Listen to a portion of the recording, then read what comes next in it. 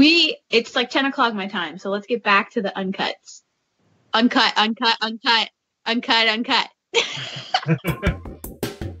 Is it one word or two?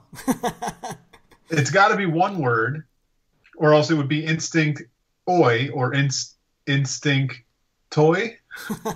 Which is it? I don't know. I'm out. What? Okay.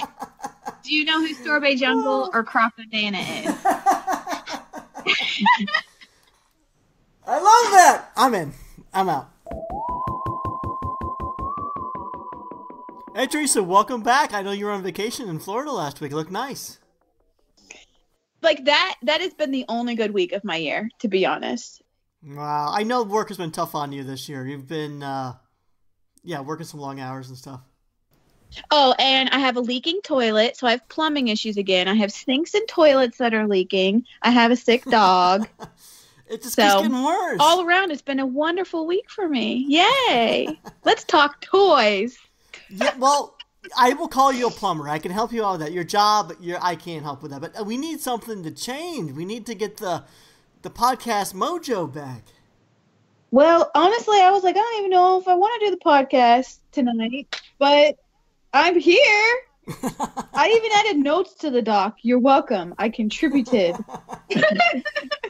Wow. I love peppy Teresa. That's better than I did. I didn't contribute at all. How you doing, George? Good.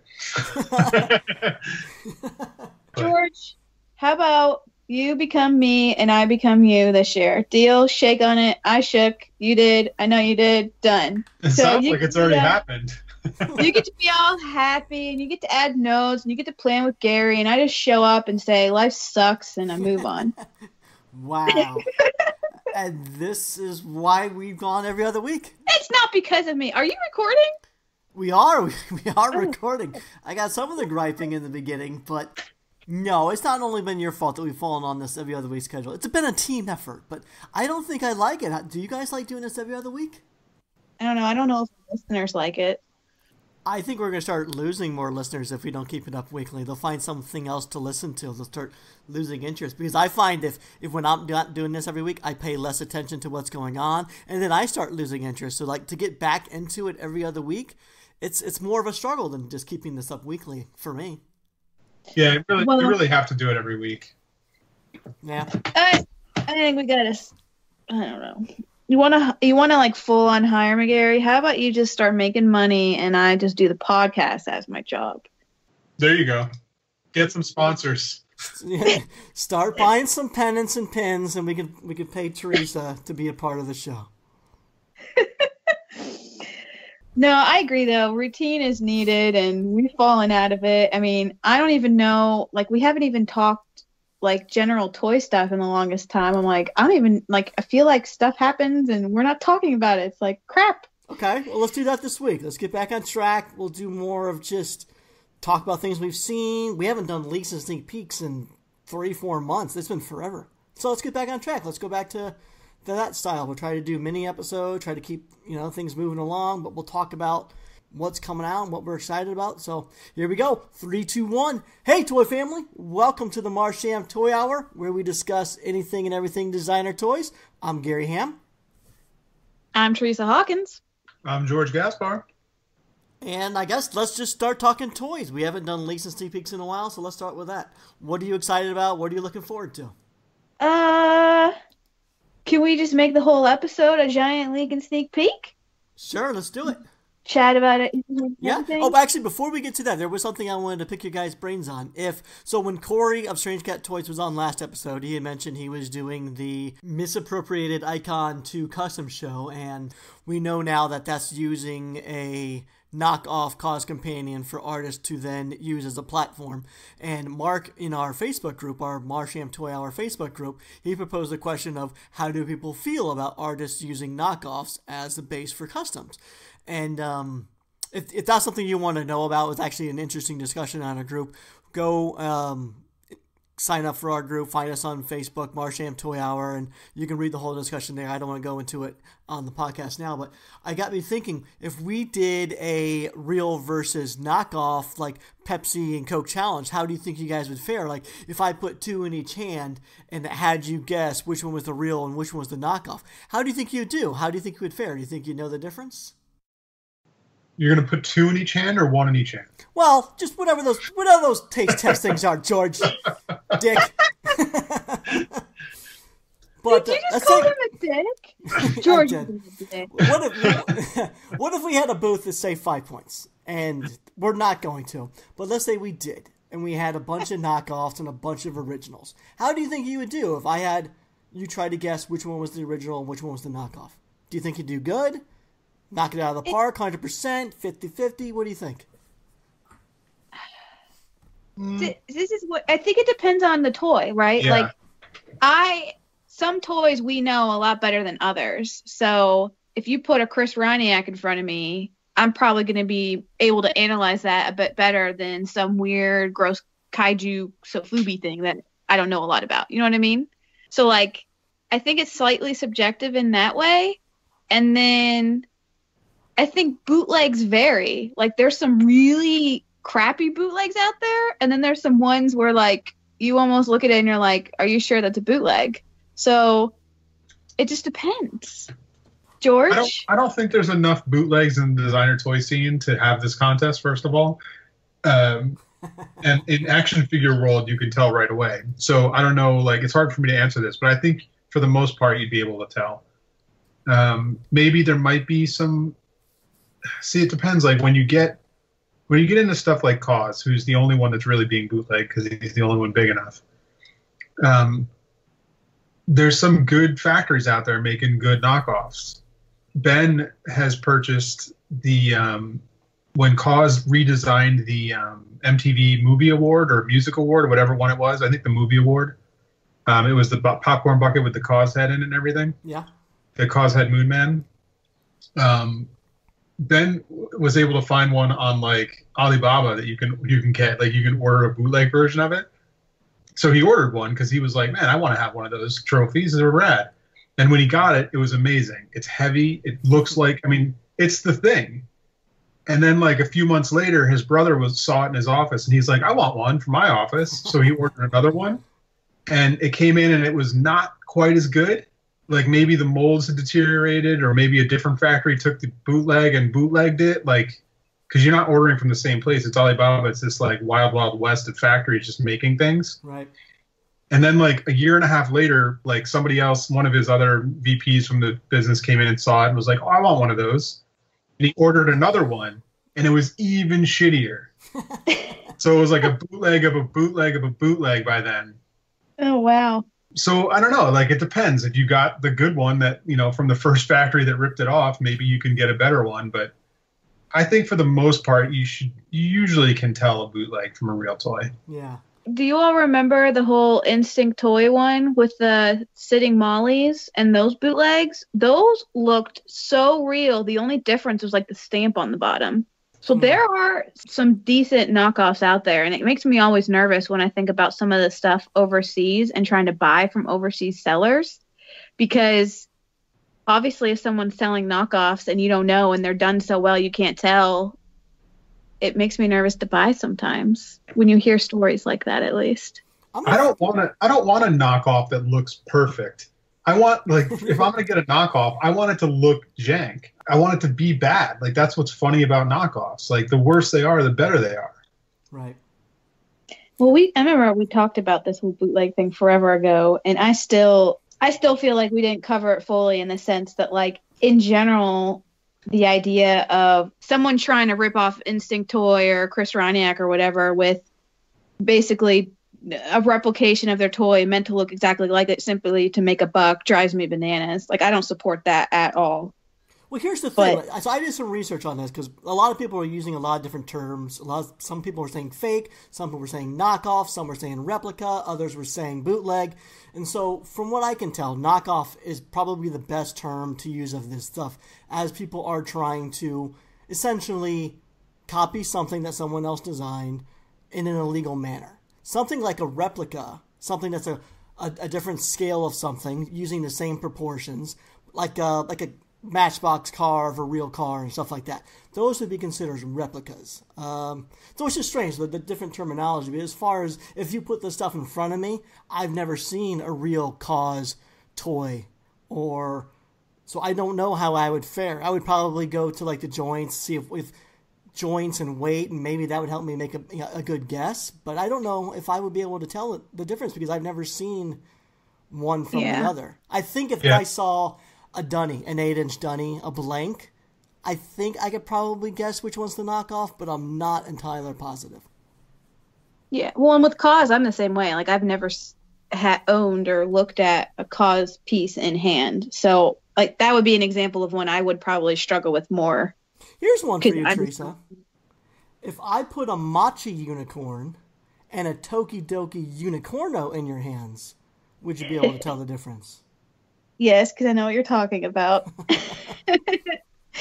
So what Gary's referencing, George, is there's this artist out there who's been making these resin kind of unicorn figures, and he sent it to me earlier, and it does have a Tokidoki vibe, because honestly, when I first saw it, I thought they were custom or adjusted unicornos, and I've actually seen them before you sent it to me, Gary, but they're different enough. I get it, but it is kind of one of those moments where you kind of go, are you getting a little too close here? Maybe. It's extremely close. Like, I wasn't aware of it. I saw it recently on the Toy Chronicle, made a post of it, and I thought it was just a custom unicorno. I know you're very familiar with the Tokidoki unicorno, Teresa, but so when I saw it, I'm like, oh, that's just a custom. And then I read it. It says Machi unicorn, made no mention of Tokidoki or the unicorn. I'm like, are they saying this is their own original thing? And so I did some side-by-side comparison. Yeah, it's definitely maybe some slight differences, but it's still, to me, a unicorno. What, time's up? No, I know, we got that I don't know how to turn that ding off. Like, that's my, if I don't answer the text, I don't know. I'm sorry, guys. That's all right. Well, here, while you're dinging, I'm going to add to the dings, because I'm going to send you a link via text so you can see the piece that. Oh no, I know what you're talking about. Gary sent me a link to it earlier today. Okay. And what do you think? I think it's completely insane that someone would make that. A company would put money into making that, like, knowing that Tokidoki exists. Like, unless they have no idea that Tokidoki project exists, that unicornos exist. It's insane. Like, that's a complete. They have to know, though. It's Mind's Eye. They've been around for forever. There's strange things happen. Like, somebody might just not know, or. Yeah, that's true. I see. Go ahead, Teresa. Here's the thing. This Machi toys, if you go to, and this is the reason why I think originally I was confused and thinking it was a custom unicorno, because if you go to their account and you scroll down, they actually started their account customizing unicornos. They know what a unicorno is. They've seen them. They've customized them. And then they created this, I don't even know what it's called, Machi Uni or whatever. I'm blaming the artist. I'm blaming the production company. But see, I kind of blame the artist a little bit too, just because, like, the artists think they made a toy. That's what customized. Like, this is the world we live in, of people that customize things, and then they're like, well, look, I made this. It's like, well, no, it's someone else's thing that you put some stuff on top of. Like, you didn't really, like, invent that character, so maybe they're just getting carried away thinking they invented this character, but it's like, that's clearly a Tokidoki unicorno. I mean, even it's just a chubby one. It's sure, it's a little chubbier and a little longer in the midsection, and the paint isn't as vibrant as Tokidoki. Like, the paint isn't as, like, all over the place, like, as a Tokidoki would be, but come on, like, that's the same thing. That's like a Honeycrisp apple and a red Fuji apple. They're both apples. They're like, that's the same thing. Yeah, and just to clarify, it's actually not a custom of a unicorno. They, like, 3D sculpted this thing. The artist did. That's fine. I mean, it's 3D sculpted, but it's certainly a unicorno. Like, come up with a different thing. Yeah. Yeah. I mean, look at those. It's definitely, you look at it and it's I don't know. This stuff is so hard. Like, it's hard for me. I try to like give the benefit of the doubt, right? Like, oh, but I'm like, no. I try to give things benefit of the doubt too. You know, something that's okay to be inspired and do your own thing, but they're not doing their own thing with this one. They've adjusted some things, they moved some things around, maybe changed the scaling on a few things or angled something differently, but it's still obviously a unicorno. It's just, it literally looks like he ate a little too much food and got a little chips. Did you see the butt on this guy? I do kind of like the addition of the badonkadonk butt. Wait, what butt? If you look at like a top view or the back view, it's got some junk in the trunk. Yeah, it's got a little butt action going on. Yeah. I do like the little booty. But, right. I mean, it's still cute, but I don't know. It's cute. I mean, as a production piece, it looks well done. I'm just surprised it's being produced. But yeah, I mean, it looks like what you were just talking about. It looks like a knockoff Tokidoki. It looks like there's stuff definitely wrong with it that isn't Tokidoki, but it definitely is. You could tell, like, you would get confused. It would cause brand confusion, and that's what people go after. I saw George, and then I'm like, that looks like a Tokidoki, but I'll give it a benefit of the doubt. And I started Google image searching and doing side-by-side comparison, and yeah, it's too close. Okay, so check this out. They actually did a post in hand of them holding a unicorno and their character, and it says Mochi meets Tokidoki. Oh no! I just sent you all the link. Okay. But it's interesting. So they customized the unicorno in the same colors as their little mochi character. I don't know. It's hard. I don't think the artist had any ill intent or anything, but it is a little weird to see a production being made of it, knowing this artist was obviously a collector of Tokidoki unicornos, liked customizing, clearly influenced by them. Oh my God, that picture that you just sent. I'm sorry, I'm just finally looking at it.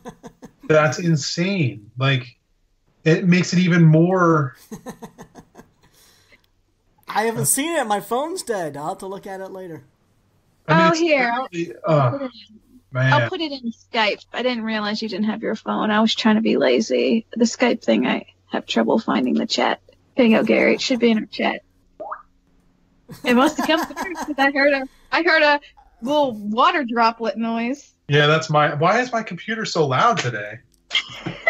You guys can't hear yourselves talking when it's playing, right? Like, no. All right. That's so weird. How does that come through, but not the? I keep hearing whoop, ding, whoop. I gotta get headphones for this computer. I'm sorry, guys. It's okay. I like it. I like the sound effects. Yeah, you're right, George. And seeing them side by side like that, it does feel like a bootleg versus a legit. It does. Kind of. Okay. All right, we talked that one to death. Let's move on. This poor artist. No, it's fine. I feel bad. I feel rude. Why would you feel? Don't feel bad. I don't know. This is what our show is. We talk about things. We're not slamming her. We're talking about it fairly. We're not That person's got like 600 followers. We're gonna definitely draw eyes to her that she didn't have before. I have guilt. I get that though. I mean, it's uncomfortable to bring this up, but she's very talented, very skilled. It's just for this to be a multiple feels kind of strange because it's heavily based off of something that already exists and something that she's obviously very fond of. But yeah, I mean, let's move on. Have you guys seen the Toy Story 4 trailer? Not yet, no. I did not watch it either, but I'm reading an article about it, and it's saying that they're introducing a bunch of toys from like history of toys in it. Okay. So maybe they're in the trailer. I don't know, but it's a pull string doll from the 50s called Gabby Gabby. Little people from the 80s called Giggles McDimples. Nice. Oh, that's cute. Ventriloquist dummies from the vaudeville era, and there's even a Duke Kaboom, which is like a 70s Evel Knievel like stunt cycle guy. Oh, that'll be good. Yeah, that sounds exciting. I just they wrapped up the trilogy so nicely. I don't know how I feel about a fourth Toy Story. There's always more room for toys. We need to get kids into toys again. Yeah, exactly. We've already taken away Toys R Us. Let's not take away Toy Story. I mean, I'll take the kids. It looks awesome. And speaking of Toy Stories, have you guys been seeing any Instagram stories about Toycon UK? That's going to be going on this weekend. I believe it's out in London, so that's happening March 30th and 31st. Obviously, we're not going because we're here in the States, but anyone who's in the area, there's lots of artists and companies going to the event. Lots of releases going to be happening there. Lots of one-offs being made. So what have you seen? What are you excited for? Or anyone going to have anything muled from Toycon UK? I mean, I always love following Toycon UK. I know it's a smaller show, but it's always exciting to see what they're going to release there. You got to follow it. I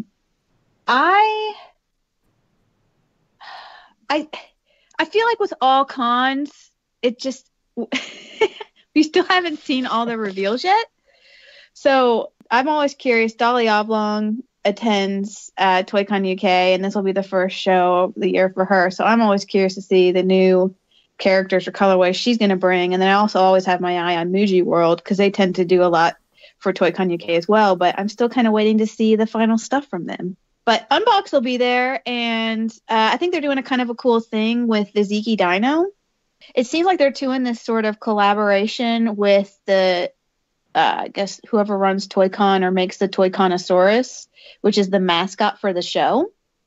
But Unbox actually made a Ziki Dino in the original T-Con colorway. Oh, that so I don't know if you remember that colorway? tealy blue. Yeah. Yeah. So there'll be a Ziki Dino and that tealy blue that the Toyconosaurus was originally released in way back in the day. And I think that's a really cool collaboration, and it looks really nice. And then on the flip side, I've been seeing some Toyconosaurus colorways being made using some of the old Ziki Dino colorways. So there's sort of this kind of flip-floppy collaboration going on.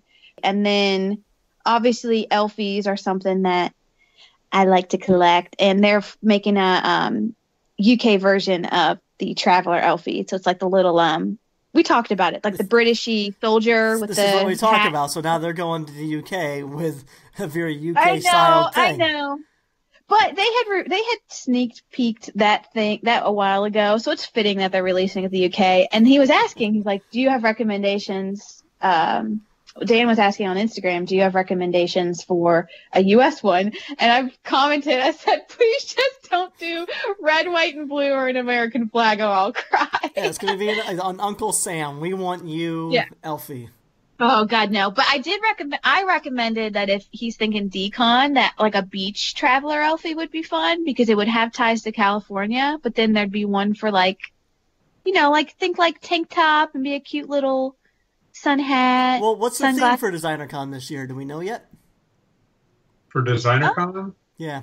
I think this year is space. Space. Like sci-fi? Maybe sci-fi? Huh.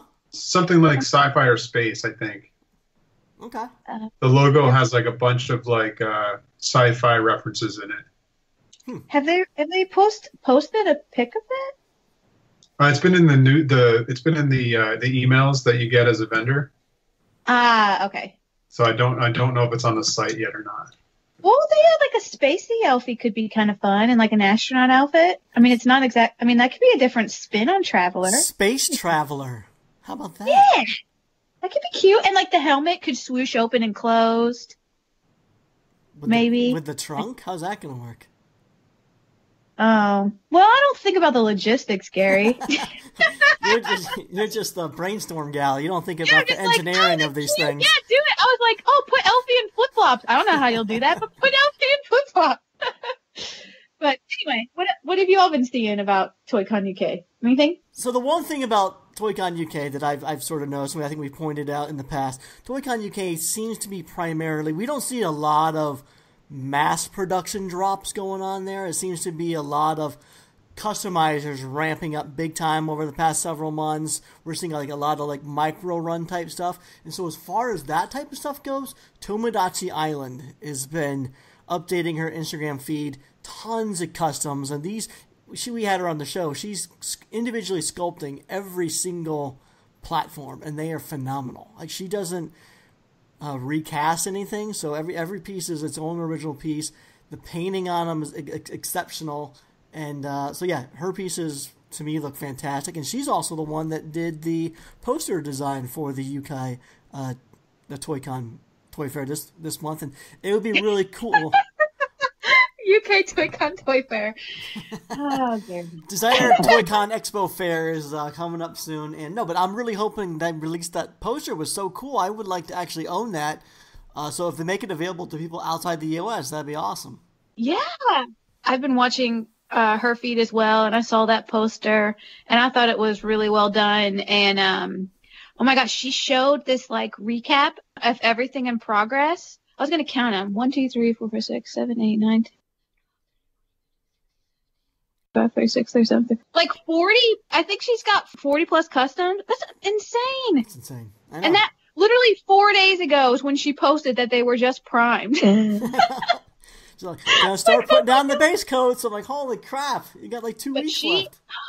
She is so fast, though. I mean, she's been whipping them out, and everything she reveals, I'm like, oh my god, that's cute. Oh my god, that's cute. So I love her work too, and I like seeing her turn stuff out, but I'm also happy she got picked for that poster because it is super fun. Yeah. But do you think the one thing I'm curious about, I can't tell if it's meant to represent like the artists and work that's going to be there, or if it's meant just to be kind of Toy World inspirational. Yeah, because there's like Nagora's in there from Konatsu, so I'm like, are Nagora's going to be at the show, or like is Konatsu going to be there, and like right. I think it's just representing popular toys within the toy scene. I don't think any of this is representation of what's going to be there, because there's the Cause companion peeking over the hillside, and Cause isn't going to be there, and I highly doubt you're going to see any Cause companions. Okay, that's what I kind of figured, but I still like it a lot. It's nice. I would put that on my wall. Yeah, I like it a lot.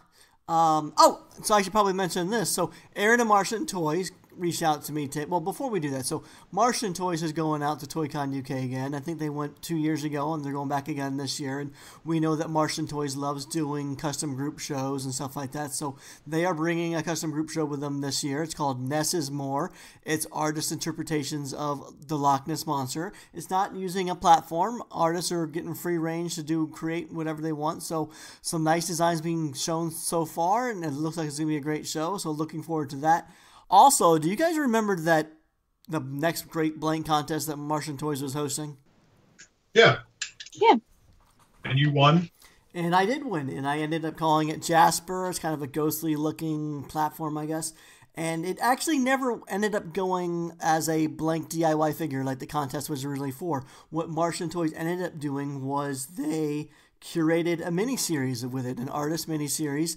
They invited 7 different artists into the series, and the series is called Series 0, and I think they called it Series 0 just because I think it's more of a test market series to see how it does, and if it does well, they'll do a Series 2 and 3 and so on. But so in the series are 7 different designers, 8 different designs in total, and it is a blind box series, and actually this week, this series landed here in the States, and Aaron of Marsham Toys texted me today letting me know that he's going to be bringing these with him to Toycon UK, and the attendees there will be able to get the first opportunity to purchase these. So that's pretty exciting. Cool. Well, that's exciting. Yeah, I mean, it was completely unexpected. I knew this was happening, but I didn't know it was going to be happening this soon. And so yeah, it's going to be available there. So that's awesome. So if you're there, be sure to pick up a Jasper figure. And I didn't mention the designers yet. So there's 7 different designers in the series, and the designers are Dr. A, Ms. Nawada, Muxie, Jellico, Dex Design, Yema Yema, and myself. So there you go. Interesting.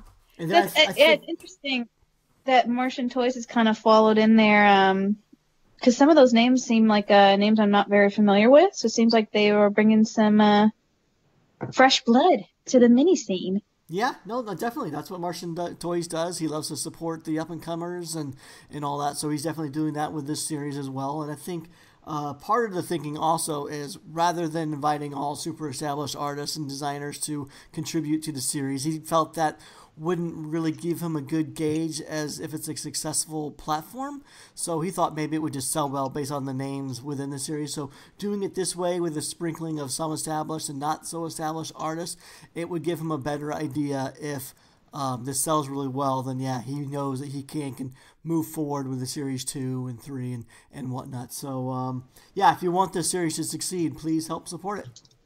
But well, this means your Hootler is finally going to be a thing. He will be out in the wild as of this weekend. And then as far as anyone outside of Toycon UK, I think the official release is going to be mid to late April sometime. Nice. So that's all I'm excited. I really liked your Hootler design, so woohoo! And I like that they're like bite size. I feel like you could pop one in your mouth. Well, maybe not that small. Yeah, I like the size. It's a good size. Oh, and what's really nice about it is the joints are smooth. They're not mushroom-headed. They're little smooth dowel joints, so they come in and out. So the legs and the arms, if someone did want to customize them, as easy as could be. It's really cool. nice. So it's kind of nice he thought about that. That's what he originally wanted to do when it was a blank, is make all the pieces come out easily, because a lot of blanks out there do not come apart easily. So it's kind of nice that he was able to get that done in a little 2.5-inch figure. Nice. Cool. And since I mentioned Dr. A's in this series, have you guys seen the new Sofubi toy that Dr. A's doing? I believe NanoTEQ is producing it, and I believe it's going to see a colorway release at Toycon UK too.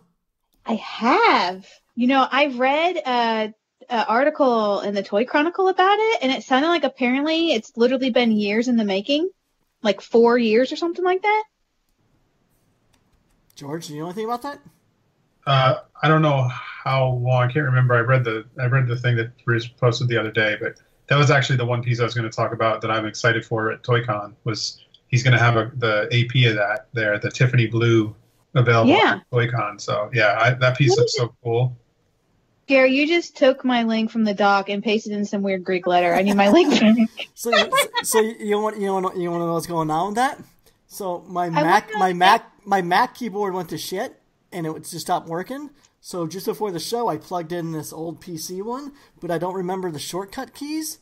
So I tried to do a copy, and it did all this Greek lettering, and I can't copy paste the link into my browser now. So I don't know what I'm doing. Oh my god. You are killing me. George, he just literally took my link that I was about to click, so I knew what I was talking about, and it literally now has like the Omega symbol or something. Like, what are you doing? I don't know how to fix it. I can't Control Z. I'm trying to find it now, because I wanted to look up the name. Do you know the name of it, George? It's Thomas Nosuke. Okay. But yeah, so I was looking at it because he was posting, like, from what I could tell from the Toy Chronicle article, which I'm finding, Gary, and I'm pasting it back in our doc for you. Stop typing Omega I'm not symbols. trying to. I'm telling you this. I don't think the Mac recognizes keyboard correctly, because none of the copy paste, nothing, Control Alt, nothing's working. It's weird. Well, there's the link. You should be able to hit Control. I got it. Anyway, what I thought was cool is it looks like there's going to be kind of these variations of it, and maybe you know for sure, George, if this is going to happen, but in the Toy Chronicle article, there's these sketches, and it kind of shows variations of types. So type A with 2 different arm styles, and then type B is kind of a different leg style. So there's sort of like octopus arms versus mechanical, and then more of like crab legs versus kind of octopus legs, I guess. But do you know if he's still planning to like kind of create this sort of like adjustable design where like you could buy a Tiffany blue and the arm swap or the leg swap? I don't know that for certain, but I mean it would make sense. Everything would be, interchangeable on that style vinyl. Yeah, but I saw that and I thought that was super cool, and it was fun reading the story in the article. Yeah, it says it was at the start of 2014 when the design of a Sofubi robot was first sent to me by Doc A. It was exactly 5 years ago. Wow. Isn't that crazy? Yeah, that's a long time, but especially because NanoTEQ uses a great factory out there in Japan called Obitsu. So the timeline, I don't think, is because of the factory. It just must have been a long development period or something. Yeah. Do we know what the price of it is? Do we know the price? Let's see. I don't think I've seen a price yet. Let's double check Doc A's page real quick. Do we know 'Cause he did size, edition size, anything? Yeah, the blue is 50 pieces, I 50 believe. pieces. Okay. It's actually really interesting to see a Dr. Ray doing a Sofubi piece. Usually his has a really nice patina finish and looks metal, and so to see it in Sofubi is pretty cool looking. I like it. Yeah, and the sculpting is incredible on it. Yeah, I think it's very cool. I like the color, and I think what's kind of cool about the Tiffany blue is I could totally see him patina-ing it. Patina-ing a word? Sure. Active patina. But it's like it's a perfect base for that treatment. He'll probably do that for his APs, I bet. The nice thing is if you become a patron or a Patreon of Bruce's on Patreon, patron of Bruce on Patreon, he's been posting like behind the scenes and updates on this the whole way it's been going. So like you could see this stuff, for as little as $1 a month, you can see all these pictures like for months and months in advance. And he also posts stuff from his desk and tutorials and tips and stuff. So it's worth supporting. Nice. Well, if we're gonna plug Patreon real quick, Chris Roniak and Amanda Louise Spade both have one, and I enjoy. And Squink also has one that has been kind of fun to follow. So I like that. Talk about them and one of their toys. We can support them then. Yeah, they can send their sponsor money to the show. We need to pay for Teresa's full-time podcasting gig. We just can't be giving out free shout-outs, Teresa. Support Teresa on Patreon so she can do this show. Okay, so for every dollar I get, I will do something. I don't know, on the show. So we'll put the show notes with all the links. But yeah, so I don't know if we have anything else for Toycon UK or not, because I was going to switch subjects. Anything else for Toycon? No, I'm good. Let's move on. Before we do that, though, let's keep the lights on here. So, keeping the lights on here at the Marsham Toy Hour are our wonderful sponsors. So we have 3 great stores sponsoring us. They are 3D Retro, My Plastic Heart, and StrangeCatToys.com. If you're in the Southern California area, be sure to check out 3D Retro out there. If you're in the New York City area, you can check out the brick and mortar location of My Plastic Heart. And they're all 3D online, so you can go to 3dretro.com, myplastic.heart.com. If you go to My Plastic Heart, use our promo code TOYFAM at checkout, and you will receive free shipping on your order of $75 or more if you live in the States. And if you go to StrangeCatToys.com, use our promo code MARSHAM at checkout, and you will receive 10% off your entire order. And if you want to stay on top of all the latest and greatest in toy news, we can't seem to be doing this on a weekly anymore. But these guys do it on the daily. So we got some great toy bloggers sponsoring us. So when the show ends, be sure to take a media minute and check them out. They're SpankyStokes.com and TheToyChronicle.com. And be sure to download the Toy Chronicle app from any one of your favorite app stores. All right, Teresa, what did you want to move on to next? Okay, well, we were talking about custom shows and stuff, and it made me think of the recent Horrible Adorable show at Pick for their Hudson Yards opening. Mm-hmm. And I don't know if you all saw, but I thought that the stuff that they were creating for their show looked so good. They had like all this new different critters. Like they I wish I could describe it better. Like they kind of were expanding their sort of like freestanding critters, but like the themes were more around like what was the show called? I want to say the right. I'm sorry, I'm not prepared for speaking up. I'll make this better, I promise. You brought this up, I know. It wasn't in my notes. Maybe I don't want you to be a full timer. Here I am. Okay. So the show was called Dynamos and Whirligigs, and so the whole point was like different things that have movement and whatnot. And so they did some really cool things. Like they had a puffer balloon, which was this really cute like puffer dude that reminds me kind of a puffer fish, like merged with a hedgehog with these little legs. And they were like hot air balloons. So they had these strings kind of wrapped around it with little baskets with critters in it. And they had this new character called Cliff Climber, where it was like one of their critters kind of like as if it was crawling up a wall, and then it had a swing dangling from its legs with a little critter on it. Like all these super cool designs that were super like new and they hadn't done before. But the other thing that was cool, along with all their new creations and then like adding the swings and all of that, is the little critters they were adding with it was a new critter they were creating based off a 3D print. So they went and designed this 3D guy, printed it, cleaned it up, and then they were flocking them. And he's like super cute little horrible adorables guy hanging out on all of these like different creations. So like it's sitting in the hot air balloon basket or sitting on the swing under the cliff climber, or they made these really cool like laser cut wood carts that were being pulled by a critter. But it was a fun show. I was excited. I loved it. I saw a lot of the pieces, and I know that I think Chris mentioned that a lot of this stuff was their first time doing it, first time flocking. I don't know if it's their first time doing the laser cut wagons, but yeah, it was an extremely fun show. I think it looked great. Are they selling the flock critters online now? So, to my knowledge, the flock critters were only created for the show so far, and the show is up online on the Quiccs website now for purchasing the pieces. But I'm really hopeful, and maybe I can knock Jordan and Chris, like tap them and say you need to make more. But I really hope they make more little flock critters. I'm hoping they'll bring some to 5 points and sell them individually. But I don't know. The show just made me so happy. I was seeing all the reveals come in. I was like, oh, that's so cute. Oh, that's so cute. Oh, that's so fun. It was super fun. It was exciting for me to see all the new different things they came out with.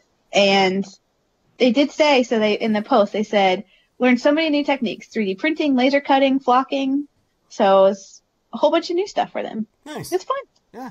Oh, the other thing too, while we're talking about horrible durables, did you see that they're making socks? I did see that. It looks like they have them in hand now. They turned out great. They look fantastic. We were talking about that end of last year that we want to see more socks, and they're doing it. And the turnaround was really fast. It seemed like just a couple months ago their fan base was helping them select designs for the socks. So that's a quick turnaround. I don't remember. Did they mention in when we can pick these up? Because I would love to wear some on my horrible, not so adorable feet. Let's see if they say. No. Coming soon. But yeah, I want one on my feet. Now. More people make socks out there. I want more. George, have you seen anything that you like? Have you guys, this is more mass market, but have you guys seen the toys for Shazam that are out? Not yet, no. There's, for all you mini collectors out there like me, there's Shazam action figures, like the regular action figure size stuff. Not the like jumbos or play sets or anything, but the regular size figures each come with a mini, what look to be the 7 deadly sins, like little mini monsters. Each one has the name of a 7 deadly sin, and they're in a different solid color. And they're made out of this like stretchy material, so they're not quite minifigures, like in the sense that I like enough. But they have the stretchy quality that you can hook them on your finger and fling them across the room. Oh, fun. So they're fun for kids, but they look really cool on the shelf. Huh. Wait, I'm confused. The 7 Deadly Sins are a Shazam thing? I have no idea. I don't know anything about the movie other than I worked on costumes on it. I don't know anything. I don't know why these monsters are in there. There's no story on the packaging of why they're there.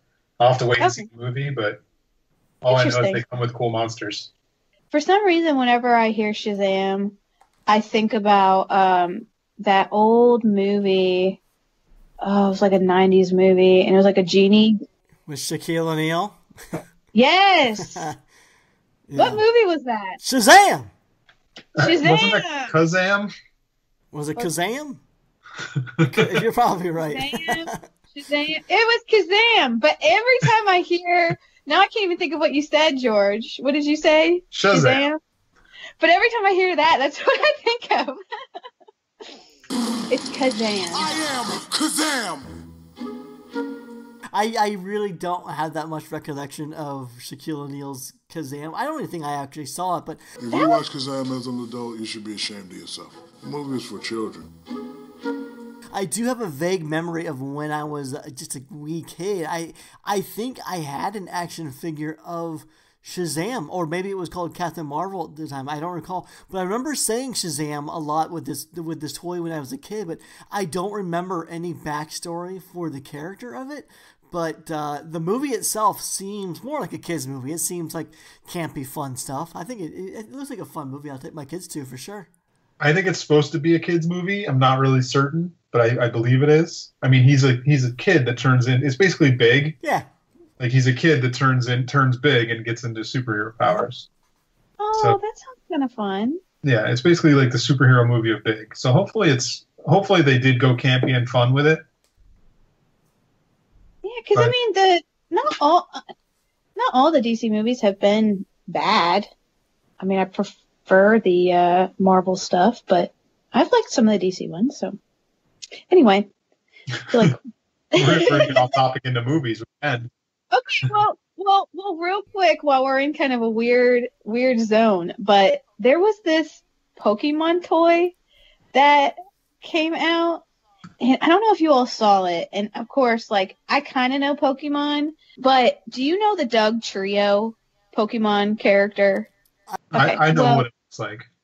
Okay, so like, basically, for those that don't know, it's 3 little brown dudes sticking out of dirt. They look like little hills, like little brown hills with grumpy faces. They're like moles. Yeah. Okay. But what was hilarious is someone. So this OG Tendo Studio came out with this hilarious interpretation of the Doug Trio, where it's like this potted plant where you see it and it looks just like the Pokemon. So the little moles popping their heads out of a hill. You don't think it looks anything weird. But then you see the reveal of what they actually look like below their little hill heads. And they did this hilarious spin where they're these like buff, ripped like bodybuilders with these little like pink thongs on.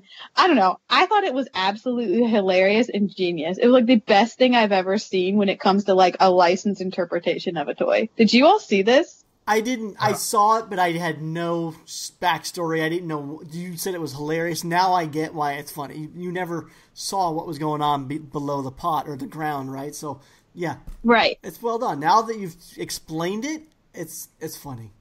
I have no idea what you're talking about. Okay, George, I gotta share. Can you share it in Skype, Gary, the link? I can't. I don't know how to copy paste on this keyboard. Jesus Christ. Okay, one sec. Just tell me what to Google. Go to Toy Chronicle and search Pokemon. Isn't that hilarious? Yeah, that's really good. It's so good. And like their like hands are on one of the butts, like grasping it, and they're like kind of locked together, and one's like wrapped around. It's just absolutely hilarious. Like, to me, one of the best spin-offs on a licensed thing I have seen in a long time. Like, I giggled out. I mean, I get so much joy out of looking at this. It's hilarious. Anyway, some fun. I kind of want to see him do more. Like, is that I've never a production? Heard. Or is it just someone's fun fan art? That says production, I think. Yep. It had 150 pieces made in resin. I mean, that sounds production to me. Who's the producer? OG Tendo. I've never heard of them, but it's sold out. Oh, sold out. Which is a bummer. But now it hasn't come out yet. Third quarter 2019. Yeah, it was a pre-order. The pre-order sold out, but it says Wave 1. Ogento Series Wave 1. So now I'm like, does that mean they're going to do more Pokemon spins? Because I'm here for it. Like, bring it on. I was excited. I was like, that is the best thing ever. So, anyway, carry on. What's next? That one's tough because it's really need the visual. Audio podcast isn't really the place for that one. But if anyone's not knowing, go look it up because it is funny. Yeah, it's hilarious. The small guy is my favorite. The little, yeah. Something else I've seen that I'm excited about. It was supposed to be a release and signing at the end of the month at 3D Retro, but that's been postponed. But as many of us know, we saw Mab Gray's Dino Kitty was done in vinyl. I think there was 20 or something released at DesignerCon, but most of us did not have the opportunity to buy it then. So coming up very soon is looking like we're going to be able to get the Dino Kitty in vinyl from Mab Graves and 3D Retro. With the postponement of the release party, I don't know if that changes the release date of the actual figure. Yeah, I don't know if it's changing the date of the figure or not. And I'm not sure. I can't talk on that one, I guess. Yeah, I don't know for certain. We were just talking about it yesterday, but I don't know for certain what's happening. But we know they've landed, and we know they're in hand at 3D Retro, so expect soon we will be able to get these things. As far as I know, they were sculpted by the Beast Brothers, produced by 3D Retro. Did you manage this one, George? No, I handled some of the overseas stuff, but all that other stuff was done. Okay. Not concerning me. What's the estimate in size, do you think? It looks like it's probably about 10, 12 inches? Yeah, it's pretty big. I think it was it's either 8 or 10 inches. Okay. Something like that. Yeah. Well, we got to see it. I mean, there's a picture of you holding it, Gary, from Toycon. I did see it at DesignerCon. And it's really beautiful. Yeah, it's a great piece. I like the sculpt, and I think it's a good size, too. I need to collect more larger figures. I'm really bad about that. But I'm curious, are you allowed to speak on, do you know, I know they're releasing this base green, but in the group there was this chatter about a desire for a pink version.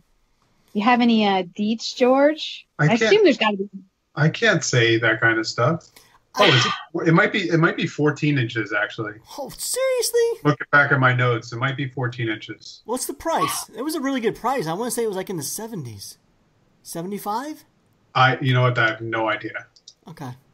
I remember it was a good price, big size, nice paint app on it. It looks really, really nice. So it said this is the green edition, so I'm going to, I think it's safe to assume there might be other colorways. And knowing Mab Grace the way I do, she's pretty much known for pink. So yeah, I think in the group you were saying there's a lot of people anticipating a green, a pink colorway, and that includes myself. So I don't want to miss out on it entirely. I want a Dino Kitty, but I would much rather have a pink one than the green one. So it's I'm in that pickle that most collectors are. I don't want to, and someone's coined the term WWTD. I guess that's what would Teresa do, which he thinks he would just buy them both. And he thinks I should just buy the green one and buy the pink one later if a green one comes out. I'm sorry, I'm not Teresa. I don't buy multiples and sell them later. They're $80. Damn, that's a good price. See, I was going to say, are you going to be the person who says, I really would rather have a different color, so I'm going to wait and see what happens? See, he's totally right. I would totally just be like, buy it. I like it. I'm buying it. I have it. And then they have another colorway I like. Oop, I'll buy that one too. And then that's how you suddenly end up with 20 of the same thing, and you look back and you're like, oops. Nope. I'm not going to pull you. Nope. It's so hard though, because there will probably be, I think it's unlikely that there won't be multiple colorways. It's just the name of the game these days, right? But you're guessing knowing what colorways there will be. And it's definitely going to be a pink, but is it going to be Mab Graves edition only? Is there going to be 50 pieces? She's got 400,000 followers. You probably would be really hard to get a run of 50 if this was her personal exclusive. So that's one of the things you just don't know. So do I jump in on the green? Do I pass on the green because it's going to sell out? It will, and wait for a different color. That's the gamble of collecting, and it drives me insane. I know, and welcome to why I have so much stuff. But I don't want to be you. I don't want so much stuff. I'm not the person that keeps all the stores open because I buy every colorway. No, but at this $80 price point for a 14-inch figure, that's phenomenal. That's such a great price, and with her fan base at that price point, these things are going to sell out super, super fast. So I need to decide what I'm doing. You can always flip the one you don't want afterwards. Is there going to be a flocked one as well? That's a possibility too. Oh my gosh, I just keep looking at pictures and you're making me want one. Stop. I'm trying to be good. And it has doll eyes, just so you guys know. Whoa. Real doll eyes? Wait, Yeah, source doll eyes. Huh. like real... they move? Like No, they don't move. They're in place, but they're not painted eyes. They're doll eyes. Okay. Oh, cool. Man. Well, I'll be picking that up. I'll decide on colorway later. Knowing you, if you really have your thought in your head of a certain color you want, you're going to wait for it. I know you. But I don't think you should. I think you should just buy. Go crazy. Hey, 3D Retro is a sponsor of the show. Maybe I can pull some strings. Maybe. Maybe. All right, cut this, cut. I promise, lips are sealed. This is all cut. Do not share this stuff. Still cut this. I'm gonna pee I gotta pee while we're talking cut stuff. I'm muting so I can pee. Okay, please do. What if the mute didn't work and then we have to listen? No, she's got a good flow, George. It's a good, strong flow. Like, wow, she really had to go. I must have been holding it for a while. It's like 10 o'clock my time, so let's get back to the uncut. Okay. Uncut. Speaking of pre-order, did you guys see the new Quiccs one? It's a NanoTEQ 63 NUTBUSTER. It is, I think it's a 6-inch tall figure, and it comes with the little mecha suit TEQ 63 inside. It comes in 2 colorways, a proper OG black and a ghost white. And what's pretty cool about this release is most of the Quiccs stuff is, it's mass production, but he's got the bots going on, so his stuff sells out before a human can actually purchase anything. So these things, his stuff goes very, very fast. So finally, this might be the workaround, so maybe the humans will win in this battle against the bots, because this is a 2-week pre-order. There's no limits. Anyone can get it. If you're a Quiccs fan, you're able to get this. You're able to buy as many as you want. And have you guys seen it? And what do you think? I have, and I totally respect Quiccs. It's not something I collect because it's not in my wheelhouse, but I think it's awesome. I didn't realize the little dude fit inside of it. I think I misinterpreted when I saw pictures. I thought it was a separate piece. So now I'm trying to go back and look at it. But I think it's great, and I'm excited that it's an open pre-order. So you don't have to sit and stress. If you want it, you can get it. And I like that there's multiple colorways. Oh, I see it now. It does sit in there. It kind of reminds me of Hulkbuster or Baymax kind of combined. Exactly, yeah. Because the little dude sits in the top, but the white colorway kind of gives me sort of a Transformer Baymax sort of feel. I like it. But I think it's awesome. Yeah, it's vinyl. Like we said, it's a 2-week pre-order. It started on March 20th, and I believe it runs through April 3rd. So by the time you're hearing this, you can still go to our sponsors are carrying it, My Plastic Heart and Strange Cat Toys. You can go there and pre-order it. It's $88 plus shipping, and that's a great price for this figure, because essentially you get two toys out of it, and the main toy is 6 inches. So that's a great price. Do you like it, George? It's good. It looks great. I'm gonna Chris Riney. I can say it's not for me. There you go. Yeah. Well, that's the thing. I don't own Quiccs, but I still think it's badass. Can I call it something badass? It's a little weird you saying badass. Yeah, I don't. What was the other It's not word sincere. I said that one? What was the other word I said one time? You said I shouldn't say it. Bitchin'? No, why would I ever say bitchin'? Did you say dope? No, Don't ever say I dope. said Fresh? no. It was like badass. Oh, it's gonna bother me. Fire? But It's lit. It's lit. Lit. no, I did not. I do not say that, and I did not say that. It was something like awesome but weirder. I don't know. But you were like, you don't say those words. Don't say that. Anyway. It's nut busting awesome. And NUTBUSTER's packing. If you look in the he's a nut buster. What do you want? It's got a little metal. Protrusion. He's busting nut all over town.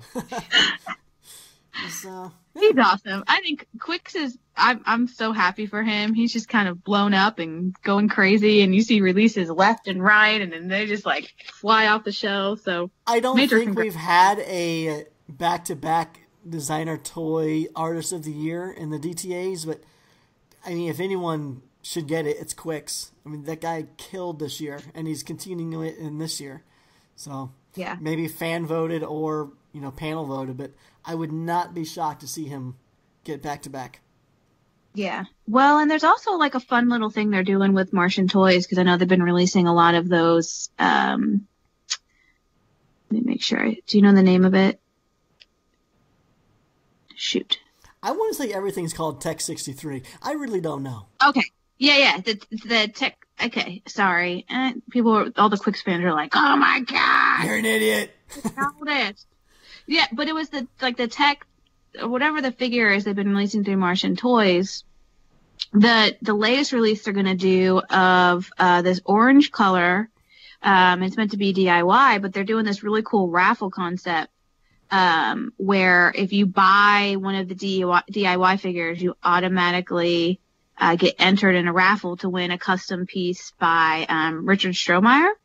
And I don't know, it's just fun that they're doing little stuff like that. Like, it's just like a little extra thing, and there's no extra payment if you buy the piece. And you could also, I think, enter the raffle. It looks like there's a $5 raffle tickets for sale as well. So if you just want to get on the raffle, you can do that too, or you can get additional spots for it. But it's fun seeing stuff like that. Yeah. Go Quicks. Go Quicks. Quicks is... Oh, I can't think of something to rhyme. Quicks is the kicks. Let's move on. All right, cut.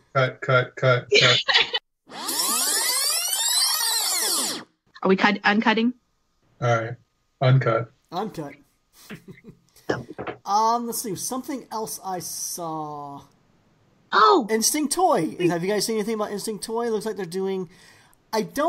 So they mentioned mini-series, but I don't think it's mini-series how many of us think, where it's one mini-series done like in a case-style blind box. I think what they're doing seems like it's several different types of minifigures. So they're doing like a mini Chino Lamb Meguro and a mini Shoko Nakazawa. Is that the Byron with the unicorn on its head, Teresa?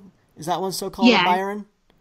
Yeah, it's a Byron. So I bet those artist edition ones are going to be like their own separate miniseries, but I think they're going to be just mini size, but probably individually purchased. And then they're doing the liquids. I think it's called Life of Liquid, but the more iconic character for Instinct Toy. And this is like liquid on. You can see like a lot of the toys where they hang off of cups and bowls and stuff like that.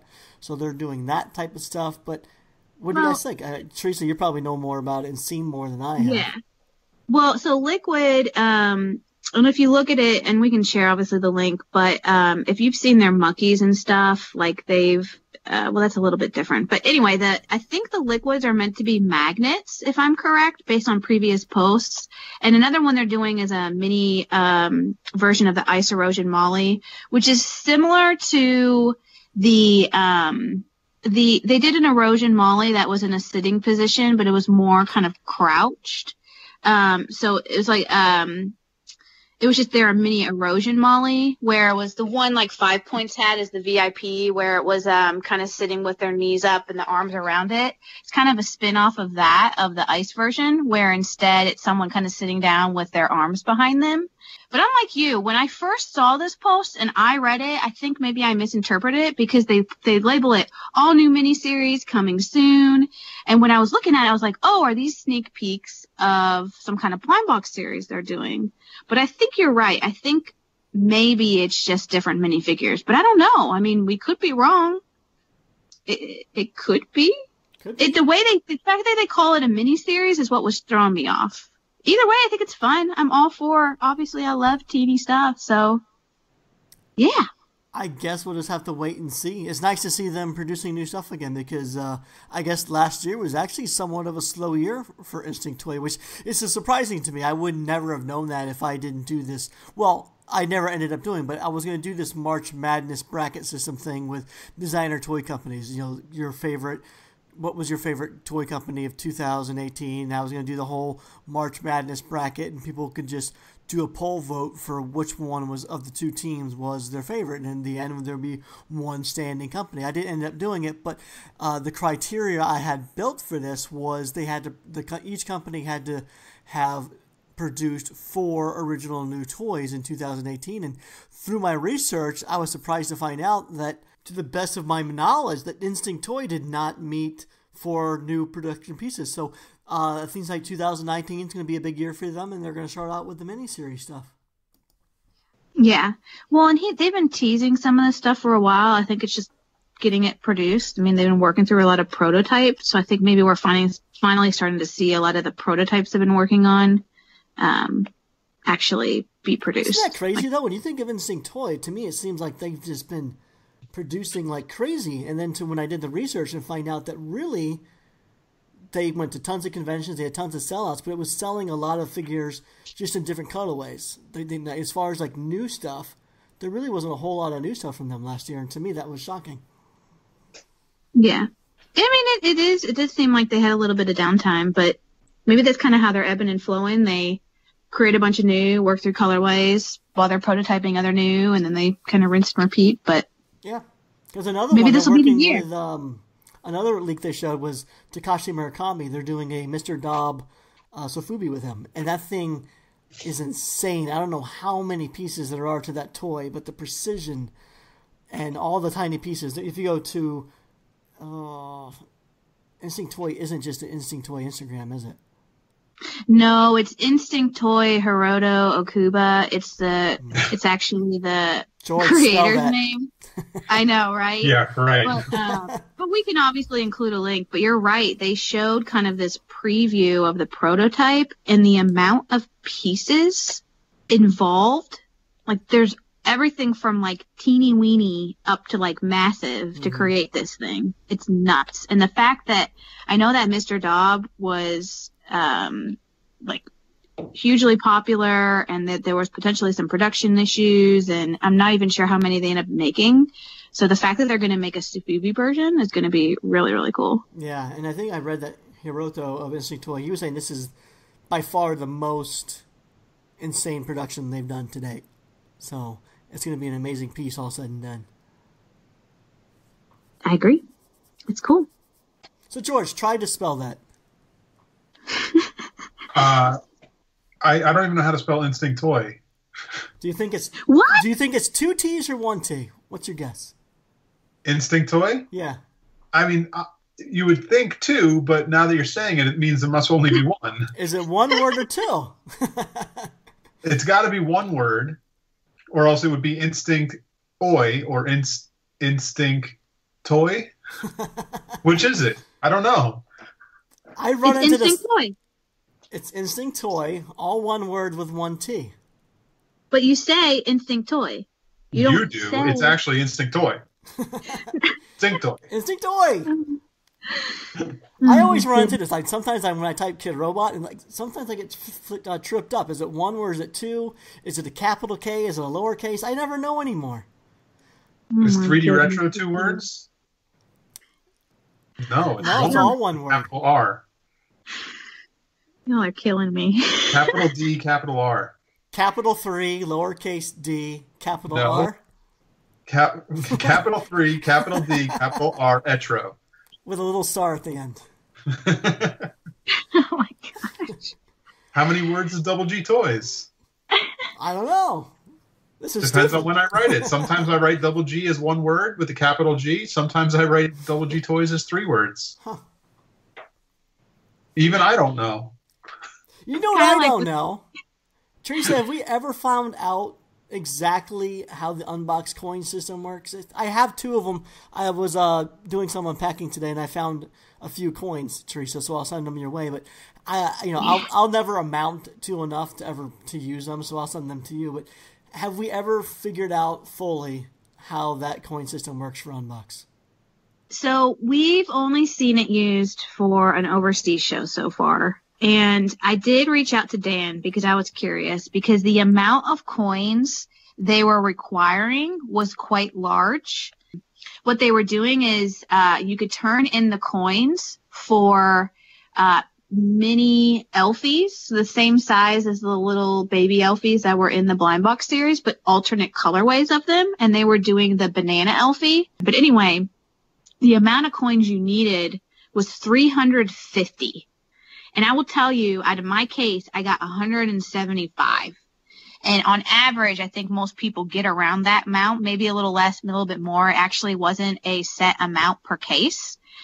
And when you think that in mind, that means you have to pretty much have gotten 3 cases worth, if you were going to buy a case, or 2 plus some, in order to get that amount of coins. So I messaged Dan. I was like, Dan, how can you expect me to have that many? And that's just for one piece, right? I'm like, I'm going to want your stuff. How am I going to do this? Like, I can't buy like 500 cases of this stuff.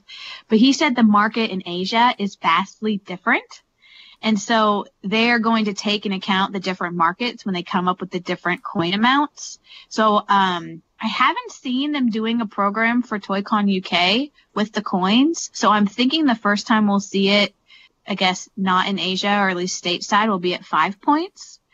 But I'm very curious. I'll be curious to see how they do it and how many coins they allot for it. I will say they had an alternative. So they had the 350 coin price point for the exclusive. And then they also did a secondary one where you pay partial coins and partial cash.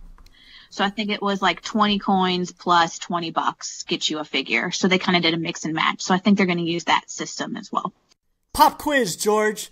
How many coins did it take to buy that exclusive Elfie? I tuned out.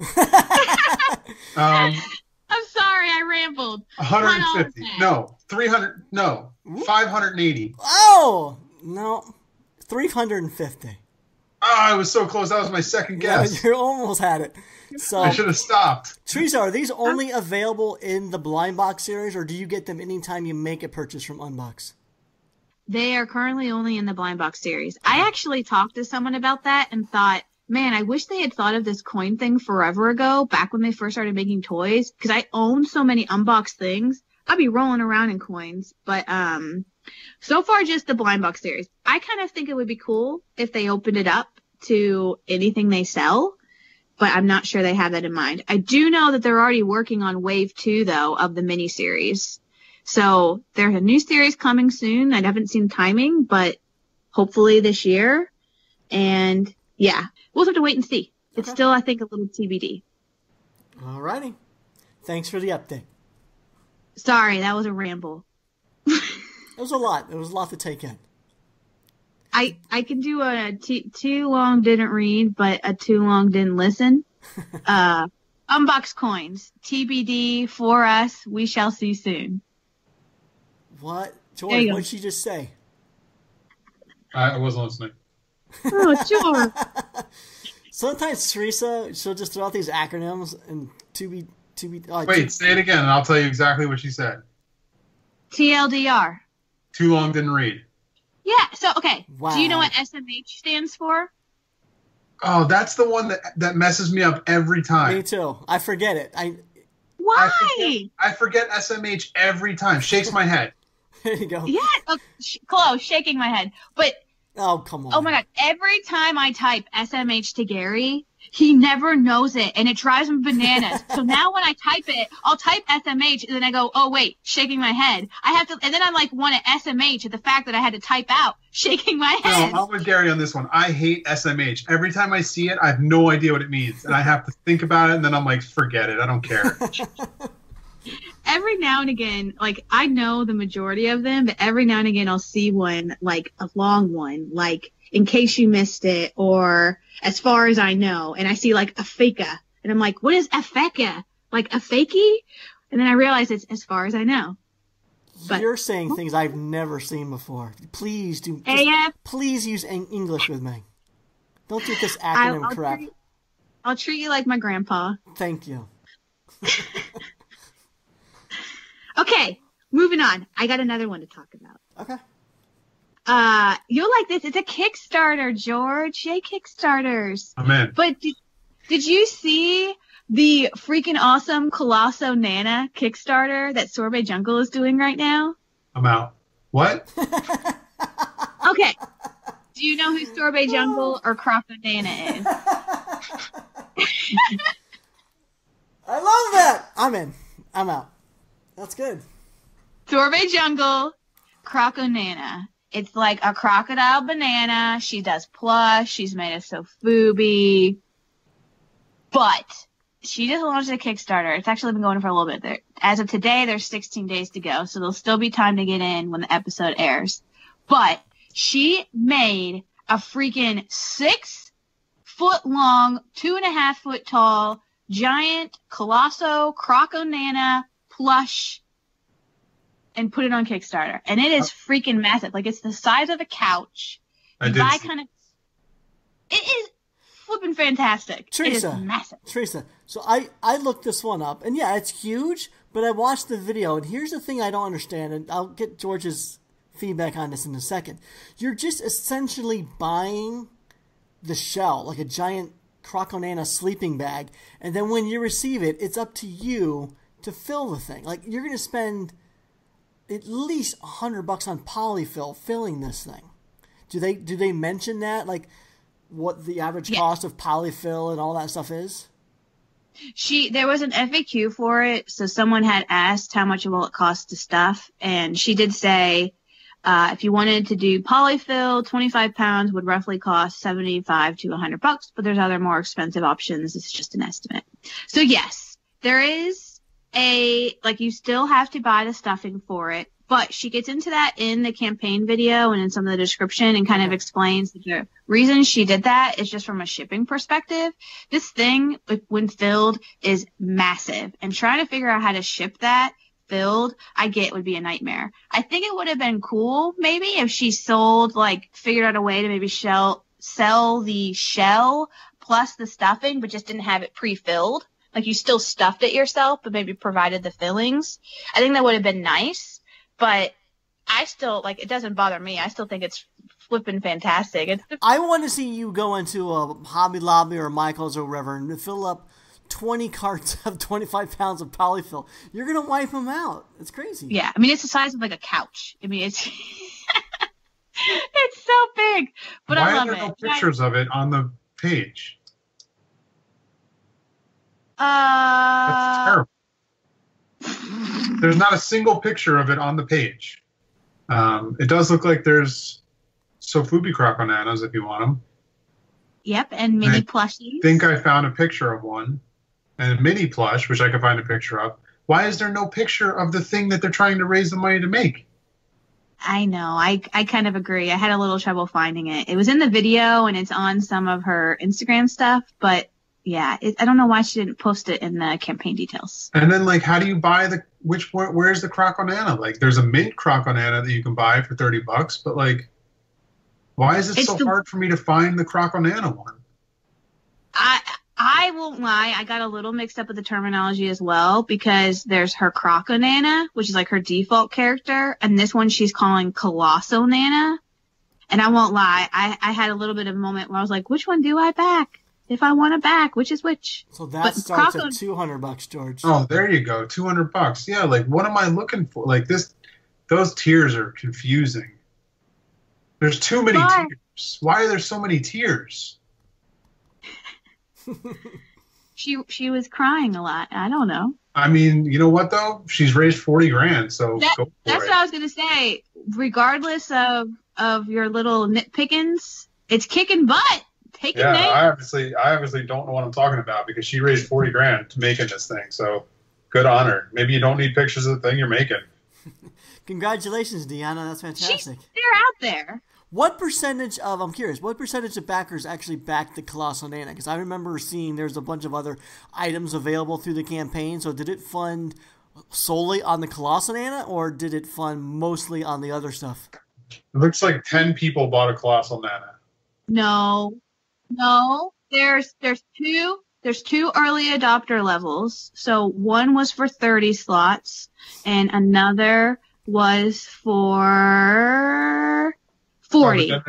And then there's another 10. So there's 10 that just got a Colossal Nana.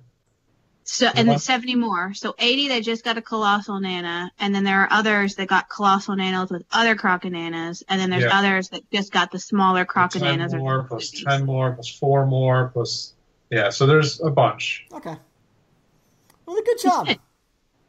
Man, y'all poo-pooing all over this. No, awesome. I think it's fantastic. I just, It looks like the mint Croconana and baby mint Croconana is like one of the higher... No, here we go. Yeah, mint Croconana is the one that everyone wants. $30, 78 backers.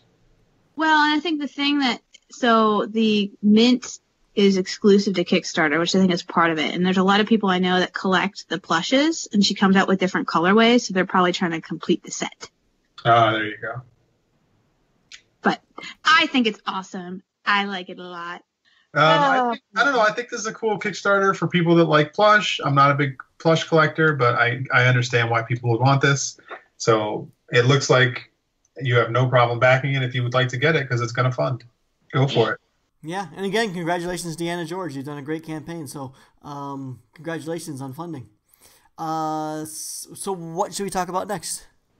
Well, I brought up the Kickstarter. Do you want to bring up the next one? Have you guys seen the Puzzle Dunny? Sorry, I shouldn't laugh. Can you do it again? Can you do it again? No, it's never going to sound natural. I can't do it again. I'm not an actor. But it didn't really sound natural to me, which is why I laughed. Yes, I have, George. I have. Oh my God, I am keeping this in. This is gold. It was, oh God, I can't. I'm cry laughing. Continue, Gary. Have you seen the Kid Robot Puzzle Dunny? Gary, have you seen the Kid Robot Puzzle Dunny? I have, George. I just saw it for the first time like 20 minutes ago when I was tuning out Teresa talking about stuff, and I saw it online. Yeah, this is the one where they collaborated with Loch Nesters to do a puzzle dunny, and for me, I think it's fantastic. I've been a huge fan of Loch Nesters for several years now, actually, and both companies being art-based, art design, coming together, working on a single piece together, it makes absolute sense, and the piece looks beautiful. And there's 250 pieces, I think? That's what it says, yeah. And it's an 8-incher. Did they say what size? Yeah, I said it's an 8-incher. 8 inches, I'm like Gary. George, I tune you out the second you talk. Jesus Christ, why am I even on this show? No, what is it made out of? Do we know? It's all 3D printed. Yeah, that's what it looks like. Yeah. So wait. It actually is a 3D printed dunny? I didn't realize that. They should be. So let me push up my glasses and show you what a nerd I am here, because I mentioned I've been a big fan of Loch Nesters for several years now, and so I've done some research, I've done some reading up on it, and so Loch Nesters is actually started by a guy named Fleet Hauer. He started the company out of Brooklyn. Still today works out of Brooklyn, New York. And originally he was an architect student, and he wanted to get into digital fabrication, but being an architect, you don't just jump in and start designing buildings. It takes a while to get to that point. And he just wanted to kind of just start designing stuff right away. So he started. He was into puzzles and geometry, and he started with the bear one. That's probably the most popular Loch Nester is the bear. And so he printed that, and that was all 3D printed. And the 3D printing is. It's almost like a plastic material. So I know these things look pretty heavy looking. They look like they're like a stone or a marble, but it's actually a plastic. When you pick one up, they're actually pretty light. But the process of making one of these pieces is pretty time consuming. So there's the time for the 3D printing, and that's why you're seeing like those kind of a little bit of striated or like layer lines from the 3D print. And then, but you don't feel them. They're smooth to the touch. So they sand the like the seam and joint work on the inside, but they keep the lines on the outside, and they tumble it for like 30 to 40 hours in just like water. So all the pieces are banging up against each other and rubbing each other, and then they do a second tumbling process in walnut shells, and these walnut shells almost act like a medium grit sandpaper, kind of smoothing things out and giving it a lot of texture and that kind of patina that you're seeing in the pieces, which is pretty cool. So you're getting that nice texture. And then after all that's done, then they apply a layer of polyurethane and buff it up a little bit. So yeah, they're quite time consuming to make, and I believe the bears to make 5 pieces took about 30 to 40 hours total. So I don't know why, but I didn't realize this was I didn't realize this was a collaboration in the sense that Loch Nesters made them. I think I don't know that misinterpreted. I do not know that for Okay. certain, but these look so much like the bear and the dinosaur and the other pieces that Loch Nesters has done.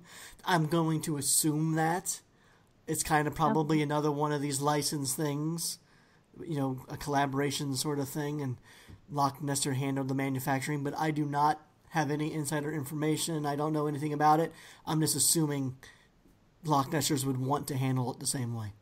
Yeah, I mean, it definitely matches the aesthetic of all the other pieces they've made, so it would make sense that they made it. I just don't know why I didn't realize. But I mean, to make 250, that's a lot. Yeah, I feel like it would be like, why wouldn't you just make one and let them produce it? But I don't know, like, who knows?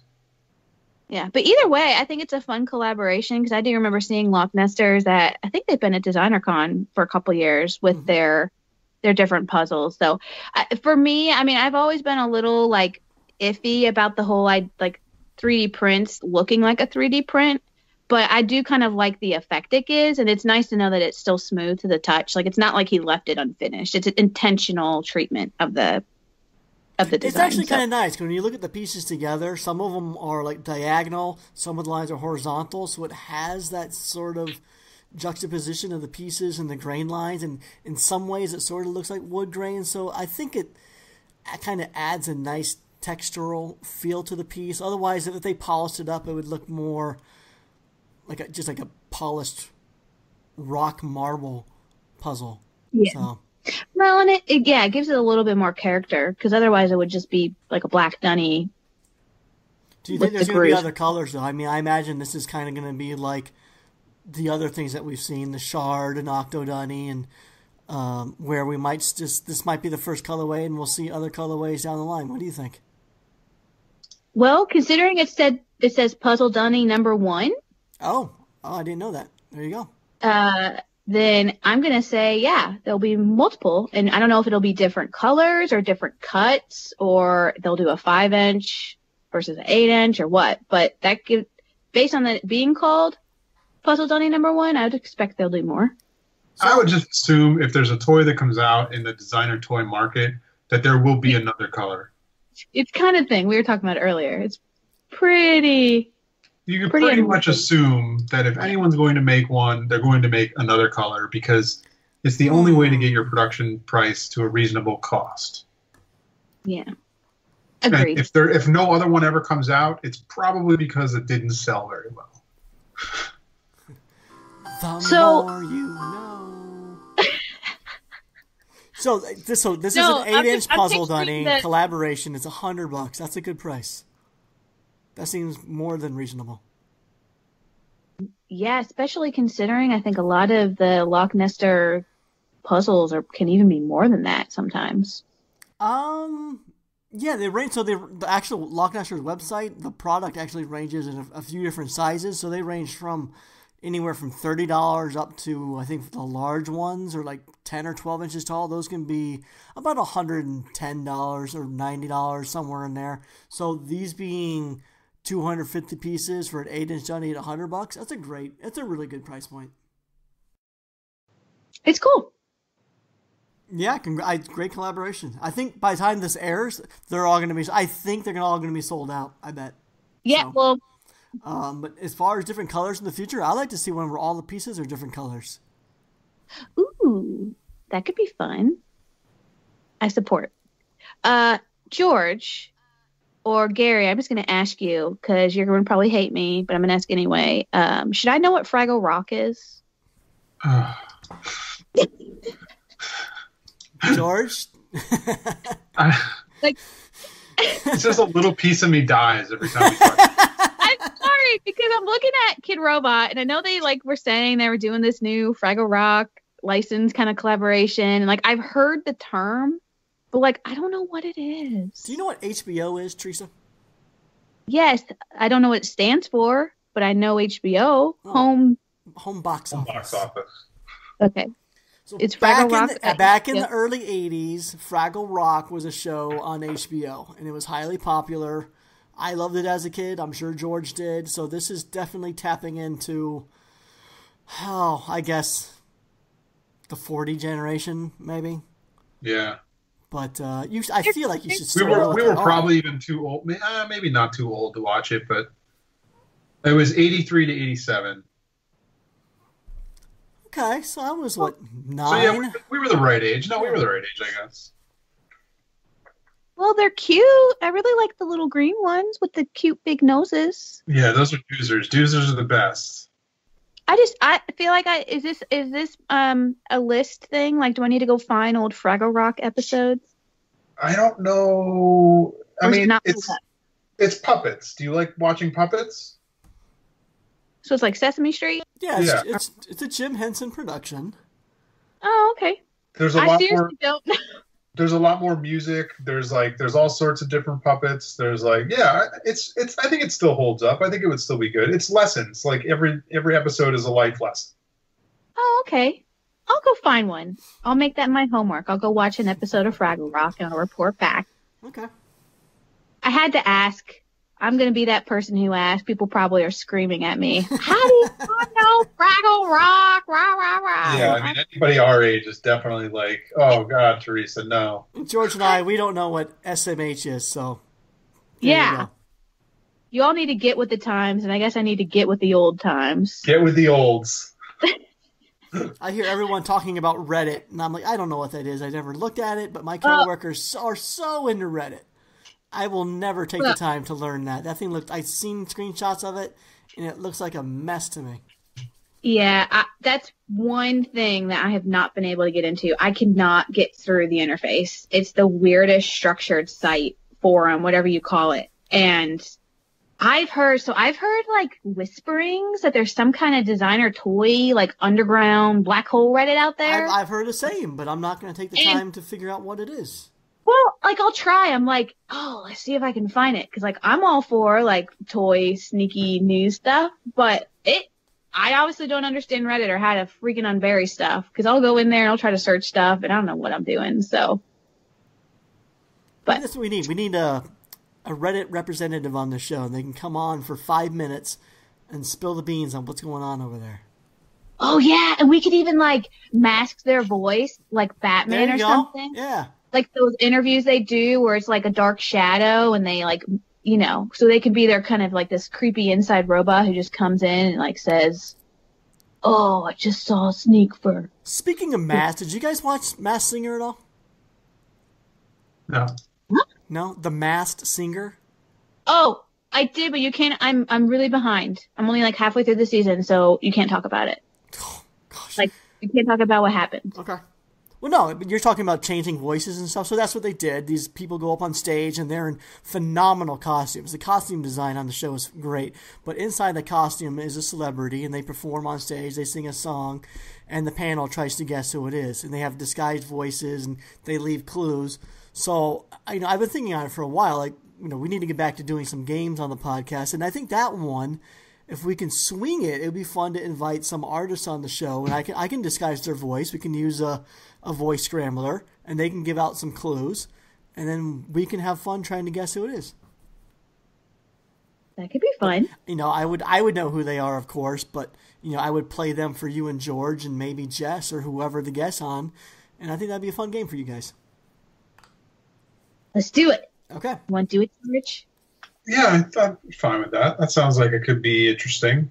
Anyways, we've been terrible at wrapping up this show recently, so let's try to segue into... There's a podcast I listen to. It's called Tell 'em Steve Dave. And what they do is when something is funny or quirky, they just say, "Tell 'em Steve Dave," and they end it. Maybe that's what we need to do. Stop trying to do these smooth transition endings and just... Like when Teresa, you said that you didn't know what Fraggle Rock was, we just say, "Marsham Toy Hour," and we end it, and then roll music. I'd rather just be like, "Tell him, Gary Ham." All right, so Marsham Toy Hour. Roll the music, Gary. So this has been the Marsham Toy Hour. We do this every week, not because we have to. Because Gary You forgot our where we live on the internet. People do I'm not TM care. 24. George. Double G Toys. At Double G Toys. Go to my store and buy some Kaiju Big Battle exclusive purple figures, please. There you go. And I'm Gary Ham. Gary Ham on Instagram. Superham.com. This has been the Marsham Toy Out. We're going to try doing this every week, not because we have to, but because Gary makes us. Yeah, that too. So until our next transmission, we're signing off. Bye.